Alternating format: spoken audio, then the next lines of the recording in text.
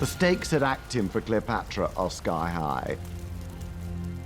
She has risked her entire power, her entire kingdom, the survival of her entire dynasty on one man, Antony.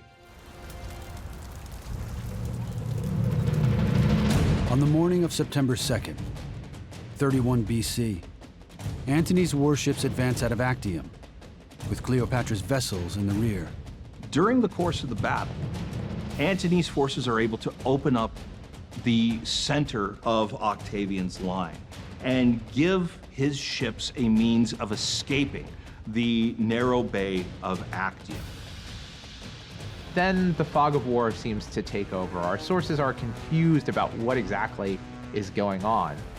But what we do know is that Cleopatra's ships now try to make an escape into the open ocean. Antony tries to follow her.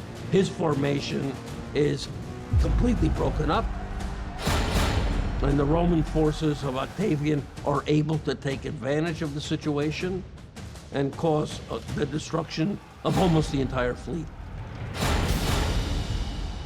The impact of Actium on Cleopatra and Mark Antony is catastrophic. Most of the army defects to Octavian, so they are not going to recover from this loss, and the dream of Egypt at the center of a world empire has been shattered. Like other great battles such as Waterloo or Gettysburg, it really reshapes what the world will look like for centuries and millennia to come. According to Plutarch, Antony falls hard in love with Cleopatra. He even admits that as a young cavalry officer, when he first came to Egypt, that he fell in love with her then. Antony is famed for his conquests. He's immensely appealing. He's a man of boundless joy and impulsivity. It's very hard to believe Mark Antony could have failed to fall for Cleopatra. So very clearly the relationship became sexual fairly early on. As soon as she's back in Egypt, Cleopatra forges a plan to protect her dynasty. Caesarion now has a huge target on his back because Octavian is looking for a way to murder the last challenger to his rule. Be safe.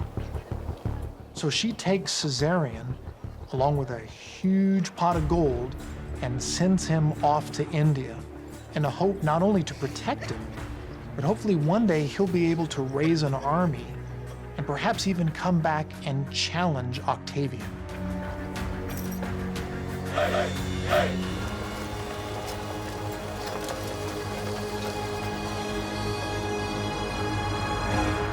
After Actium, Cleopatra becomes immensely resourceful. She begins to cast about for all possible means of escape, for every possible way to insulate her kingdom from Octavian's approach. Antony takes the opposite tack. Antony is, quite frankly, depressed after this loss. It marks the end of his role as one of the two strongest men in the Roman state, and he knows that he is going to have to submit to Octavian's power. Cleopatra tries to negotiate, tries to do what she had always done throughout her life, figure out what can she give to Octavian that will give her some degree of flexibility.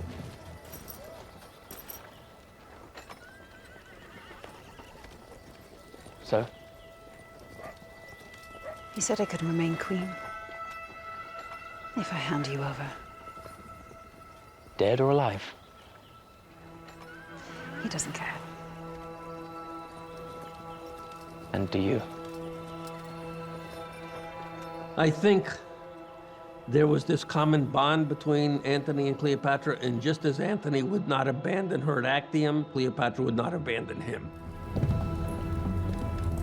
Rejecting Octavian's offer, Cleopatra prepares for his inevitable invasion by constructing her own tomb.